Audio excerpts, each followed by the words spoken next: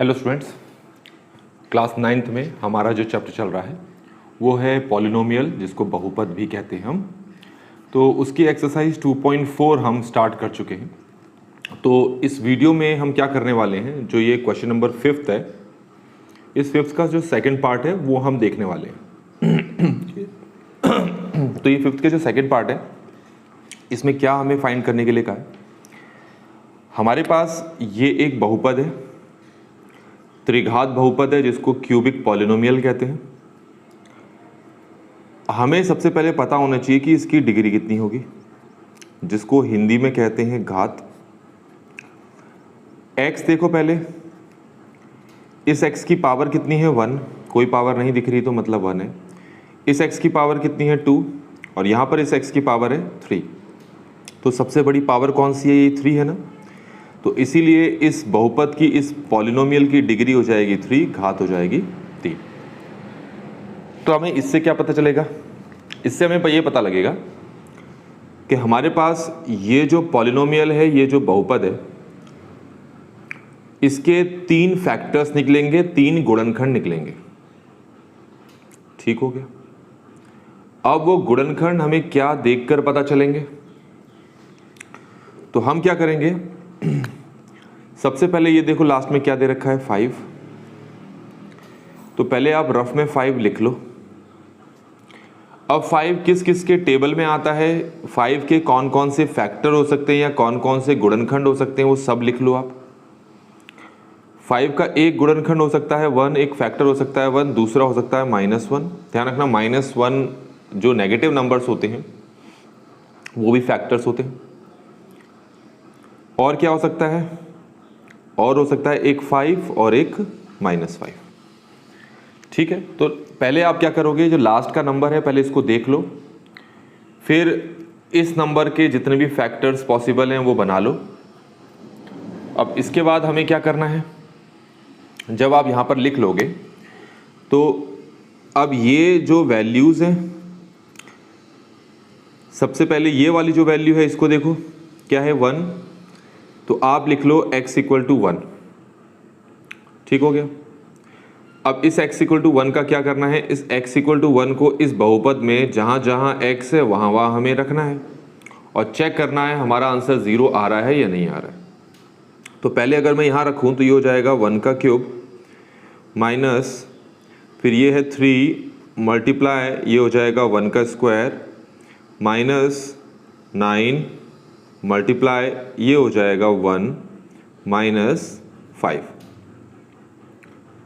1 का क्यूब कितना होता है, 1 के क्यूब का मतलब होता है 1 मल्टीप्लाई 1 मल्टीप्लाई 1, तो आंसर 1 ही आता है। तो 1 का क्यूब हो गया 1 माइनस 3, 1 स्क्वायर 1 हो गया माइनस 9 को 1 से मल्टीप्लाई किया तो 9 आया और ये 5 आ गया।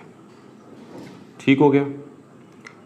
1 का 1 रहा, माइनस का माइनस रहा, 3 को 1 से मल्टीप्लाई किया तो 3 आ गया, -9 -5, 1 - 3 होता है -2, -9 -5 होता है -14, तो ये हो चुका है -16, जो कि 0 के बराबर नहीं है। 0 के बराबर नहीं है तो इसका सीधा सीधा मतलब हो गया कि ये जो x = 1 है, इस पॉलिनोमियल का, इस बहुपद का 0 नहीं है, शून्यक नहीं है, तो गुणनखंड भी नहीं निकलेगा, फैक्टर भी नहीं निकलेगा। तो अगर आंसर 0 आता तो क्या करते हैं, देखो आंसर 0 नहीं आया तो हमारा काम था यहाँ पर आंसर 0 लाना। अब 0 नहीं आया तो क्या करें, अब अगली जो x की वैल्यू है ना -1, अब इसको पुट करते हैं। ठीक हो गया। x की वैल्यू जो है -1, अब हमारा काम ये होगा, हम इसको पुट करेंगे। कहाँ पुट करेंगे, उसी पॉलिनोमियल में, यही पॉलिनोमियल पुट करेंगे। तो x = अब -1 पुट करेंगे। अब -1 उसी पे पुट करेंगे, तो मैं लिख लेता हूँ पहले उसको, क्या है ये x³ minus 3x² minus 9x minus 5। अब जहाँ जहाँ x है, देखो यहाँ पर x है, यहाँ x है, यहाँ x है, तो हर एक जगह x की वैल्यू -1 रख लेते हैं। तो ये तो हो जाएगा -1 का क्यूब माइनस 3 मल्टीप्लाई ये हो जाएगा -1 का स्क्वायर माइनस 9 मल्टीप्लाई x की जगह हो जाएगा -1 माइनस 5। अब -1 का क्यूब आपको पहले से पता होना चाहिए। -1 का क्यूब का मतलब होता है -1 मल्टीप्लाई -1 मल्टीप्लाई -1। अब ये माइनस कैंसिल हो गया और ये वाला माइनस तो कैंसिल नहीं होगा, तो आंसर में माइनस आएगा और तीनों ही 1 को मल्टीप्लाई करोगे तो 1 आ जाएगा आंसर। तो हमारे पास -1 का क्यूब कितना आ गया? -1। तो इसकी जगह हम लिख लेंगे -1। फिर ये है माइनस, फिर ये है 3 मल्टीप्लाई -1 का स्क्वायर क्या होता है? -1 का स्क्वायर मतलब -1 मल्टीप्लाई -1। अब ये माइनस माइनस कैंसिल हो गया तो 1 को 1 से मल्टीप्लाई किया तो 1 आ गया, तो -1 का स्क्वायर हो गया 1। अब ये देखो ये क्या है, -9 को किससे मल्टीप्लाई कर रहे हैं? -1 से। -9 को अगर हम -1 से मल्टीप्लाई करें तो माइनस माइनस तो कैंसिल हो गए, तो 9 को 1 से मल्टीप्लाई करें तो 9 आएगा। इसके आगे कौन सा साइन होगा? प्लस। तो -9 को अगर मैं -1 से मल्टीप्लाई करूंगा तो ये आएगा +9 और लास्ट में हमारे पास क्या है? -5। अब -1 का -1 हो गया, माइनस का माइनस हो गया, 3 को 1 से किया तो 3 आ गया, +9 -5। अब हमारे पास ये देखो, इसको सॉल्व करेंगे तो कितना आएगा? -4। इसको सॉल्व करेंगे तो कितना आएगा? 4 और इन दोनों को सॉल्व करेंगे तो आंसर कितना आएगा? 0। तो हमें यही आंसर लाना था। तो x = -1 को जब हमने इस वाले बहुपद, इस वाले पॉलिनोमियल में पुट किया तो हमारा आंसर 0 आ गया। तो इसका क्या मतलब है, ध्यान से समझेंगे। तो हम यहाँ लिखेंगे कि x - 1 x³ - 3x² - 9x - 5 का, पहले हिंदी में लिख देता हूँ, शून्यक है। इंग्लिश में क्या लिखोगे? x = -1 x³ - 3x² - 9x - 5, x = -1 is the zero of this polynomial। अब अगर मैं इसको यहाँ पर ले आऊँ तो -1 यहाँ आकर क्या हो जाता है? +1। तो इसका मतलब ये हो गया कि x + 1 x³ - 3x² - 9x - 5 का क्या है? इस बार शून्यक नहीं, इस बार गुणनखंड है। मतलब -1 इसका शून्यक है, इसका 0 है, लेकिन जब -1 को यहाँ ले आएंगे तो ये जो कुछ आया ना, अब ये क्या है? इसका गुणनखंड है, इसका फैक्टर है। तो आपको स्टार्टिंग में बताया था कि ये जो पॉलिनोमियल हमारे पास ये बहुपद है, इसकी घात है 3, तो इसके 3 फैक्टर्स निकलेंगे, 3 गुणनखंड निकलेंगे। उनमें से एक गुणनखंड तो हमने यहाँ पर निकाल लिया,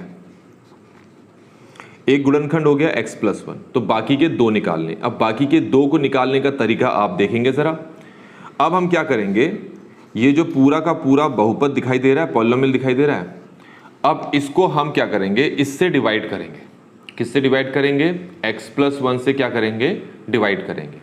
तो अगले पेज में डिवाइड करके दिखाता हूँ आपको। तो इस तरीके से हमें डिवाइड करना है। अब डिवाइड करने का तरीका आप देखेंगे। सबसे पहले तो देखिए ये क्या लिखा है, ये x³। हमें x का पहाड़ा पढ़ना है, टेबल पढ़ना है, लेकिन x का टेबल तो हमने कभी पढ़ा नहीं है। तो करेंगे कैसे? x में कुछ मल्टीप्लाई करना है ताकि मेरे पास x³ आ जाए यहाँ नीचे। तो उसका तरीका ये है कि सबसे पहले ये जो आपको x³ दिखाई दे रहा है, इस x³ को इस x से क्या कर लो? डिवाइड कर लो। x³ का मतलब यहाँ पर 3x है और नीचे 1 है, तो 1 कट जाएगा तो कितना बचा आपका? x² बचा। तो x में अगर मैं x² मल्टीप्लाई कर दूं तो ये जो काटने के बाद आपका आंसर आता है ना, इसी को यहाँ लिखना होता है। x को अगर मैं x² से मल्टीप्लाई करूं तो मेरा पास x³ आ जाएगा। अब बारी है इस +1 की। इस +1 को भी इसी से ही मल्टीप्लाई करना है। तो 1 को अगर मैं x² से करूं तो 1x² आएगा, तो यहाँ पर लिखेंगे हम +1x²। इस स्टेप तक समझ में आ गया होगा। इसके बाद क्या करना होता है? हमें दोनों को माइनस करना होता है। तो ये जो x³ है, इस x³ के आगे प्लस का साइन है तो अब लगा लो आप माइनस। ये है 1x², इसके आगे प्लस का साइन है तो लगा लो माइनस। अब ये दोनों क्या हो गए? कैंसिल हो गए। -3x² माइनस 1x² हो जाता है आपका -4x²। ये -3x² है, ये -1x² है, तो हो जाता है -4x²। ऊपर से आ जाएगा -9x -5। बाकी सबको ऊपर से हमने क्या कर लिया, उतार लिया। अब फिर से वही करेंगे हम। x का हमें टेबल पढ़ना है, पहाड़ा पढ़ना है, और लाना क्या है हमने ये चीज़ लानी है। तो इसके लिए हम क्या करेंगे, फिर से वही करेंगे। 4x² जो लाना है हमने उसको डिवाइड करेंगे x से, तो एक कैंसिल हो गया, तो हमारे पास आंसर कितना आ गया, आंसर आ गया -4x। इसका मतलब है x में अगर मैं -4x मल्टीप्लाई करूं तो आंसर आ जाएगा -4x²। अब ये 1 को भी -4x से मल्टीप्लाई करो, 1 को भी -4x से मल्टीप्लाई करो, तो ये -4x आएगा।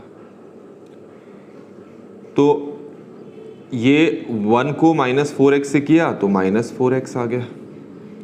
अब क्या करेंगे, एक लाइन खींचेंगे और माइनस करेंगे। माइनस करने का तरीका ये है कि हमें इन दोनों के साइन बदलने हैं। 4x² के आगे माइनस है तो हो जाएगा प्लस, 4x के आगे माइनस है तो हो जाएगा प्लस। अब ये दोनों हमेशा कट जाएंगे क्योंकि -4x² प्लस 4x² कैंसिल हो जाते हैं। यहाँ पर क्या बचा, -9x plus 4x, -9x plus 4x। तो हमारे पास ये क्या आ गया, ये आ गया -5x, और लास्ट में हमारे पास क्या है, -5 है। ठीक हो गया। अब x में हमें मल्टीप्लाई करना है ताकि हम ये लेके आ सकें। क्या है ये है -5x। तो -5x जो लाना है उसको ऊपर रखो और जिसका पहाड़ा पढ़ना है उसको नीचे लिखो। ये कैंसिल हो गया तो आंसर कितना आ गया, -5। इसका मतलब है x में अगर मैं -5 मल्टीप्लाई करता हूं तो मेरे पास आंसर आ जाता है -5x। अब इस 1 की बारी, 1 को भी इसी -5 से मल्टीप्लाई करना है, 1 को भी -5 से मल्टीप्लाई करना है, तो आंसर -5 आ रहा है। तो 1 को -5 से किया तो आंसर -5 आ गया। अब एक लाइन खींचेंगे, अब माइनस करेंगे तो उसके लिए नीचे वालों के साइन बदलने पड़ते हैं। तो माइनस हो गया प्लस, ये माइनस हो गया plus, -5x plus 5x 0, -5 plus 5 0, तो रिमाइंडर कितना आ गया, शेषफल कितना आ गया हमारे पास, 0 आ गया। तो हमारे पास ये जो ऊपर आया है ना भागफल, जिसको क्वेश्चन कहते हैं, हमारा मतलब इससे है। तो इसका क्या करना है हमें, x² - 4x - 5 है, इसका क्या करना है हमने। अब इसके लिए हमें क्या करना है, इसका हमने मिडिल टर्म स्प्लिटिंग से सॉल्व करना है। ध्यान रखें कौन से मेथड से, मिडिल टर्म स्प्लिटिंग मेथड से। ठीक हो गया। कैसे करेंगे वो तरीका मैंने बता रखा है, फिर बताता हूं। सबसे पहले देखिए x² का कोफिशिएंट कितना है, कोई कोफिशिएंट नहीं दिखाई दे रहा तो मतलब 1 है। इस 5 को इस 1 से पहले मल्टीप्लाई कर लो, तो ये तो हो जाएगा 5 × 1 कितना आ गया, 5। और 5 जिस इसके टेबल में आता है वो लिख लो। 5 सिर्फ 5 के टेबल में आता है और 1 के टेबल में आता है, पर ये दोनों एक जैसे ही हैं तो नीचे वाला कट कर देते हैं। हमारे पास एक ही बचा, बीच में हमें क्या लाना है, 4। तो आपको पता है ये जो 5 है और ये जो 1 है, अगर मैं दोनों को माइनस करता हूं तो 4 आ रहा है, जो कि हमें यहाँ चाहिए। तो 5 की जगह हम कर लेते हैं 5x, 1 के प्लेस पे हम कर लेते हैं 1x, दोनों को माइनस कर लेते हैं तो क्या आ जाता है 4x, और वही हमें चाहिए। तो हम इसको क्या लिख सकते हैं, इसको लिख सकते हैं हम x² - 4x की जगह हम क्या लिखेंगे, 5x - 1x। क्या लिखेंगे, 5x - 1x, और लास्ट में हमारे पास क्या है, -5 है। तो x², अब देखो ब्रैकेट खोलना पड़ेगा आपको, तो दोनों के साइन बदल जाएंगे। इसके आगे कोई साइन नहीं दिखाई दे रहा, मतलब प्लस है, तो जो प्लस है वो हो जाएगा माइनस, इसके आगे माइनस है तो वो हो जाएगा प्लस, और लास्ट में आपके पास 5 है। अब इसमें से और इसमें से कॉमन निकालना है। इसको मैं लिख सकता हूँ x × x, इसको मैं लिख सकता हूँ 5 × x, प्लस का प्लस, इसको लिख सकता हूँ 1 मल्टीप्लाई x और इसको मैं लिख सकता हूँ 5 मल्टीप्लाई 1। अब ऐसा क्यों लिखा? क्योंकि देखो दोनों में कुछ भी कॉमन दिखाई नहीं दे रहा, तो जब कुछ भी कॉमन नहीं दिखाई देता है तो हमें फिर 1 कॉमन निकालना पड़ता है। तो इसके लिए मैंने 5 के साथ लिख दिया 5 मल्टीप्लाई 1। ऐसा करने से कोई फर्क नहीं पड़ा। अब इन दोनों में देखो क्या चीज़ कॉमन दिखाई दे रही है आपको। यहाँ पर तो आपको x दिखाई दे रहा है और यहाँ पर क्या दिखाई दे रहा है 1। तो सबसे पहले हम इन दोनों में से कॉमन निकालते हैं। किसको कॉमन निकालेंगे? x को। तो ब्रैकेट में हमारे पास क्या होगा? ये होगा x माइनस 5। इन दोनों में से ये प्लस का प्लस उतार दो पहले। इन दोनों में से क्या कॉमन निकालेंगे? 1 और ब्रैकेट में क्या बचेगा? x minus 5। अब इसमें और इसमें देखो क्या चीज़ कॉमन दिखाई दे रही है आपको? x माइनस 5 दिखाई दे रहा है कॉमन। क्या दिखाई दे रहा है? x माइनस 5, तो वो बाहर निकाल लिया। तो बचा क्या? x बचा और प्लस 1 बचा, जो कि हम अगले ब्रैकेट में लिख देते हैं। ठीक हो गया? तो इससे आपको क्या समझ में आया? इससे आपको समझ में आया होगा कि हमारे पास X cube minus 3x square minus 9x minus 5, इसके कितने फैक्टर्स, कितने गुणनखंड निकलने थे? आपको शुरू में बताया था मैंने 3 निकलने थे। तो एक मैंने पहले निकाल दिया था x प्लस 1 और जो बाकी 2 थे वो बाकी 2 मैंने ये निकाल दिए। क्या निकाला? एक निकाला x माइनस 5 और एक और निकाला x प्लस 1। तो ये जो हमारे पास पॉलिनोमियल है, बहुपद है, इसके ये आ गए 3 फैक्टर्स, 3 गुणनखंड। तो इस तरीके से बच्चों ये वाला जो क्वेश्चन है यहाँ पर कंप्लीट होता है। आई होप कि आपको ये पूरा सोल्यूशन समझ में आया होगा। Thanks for watching.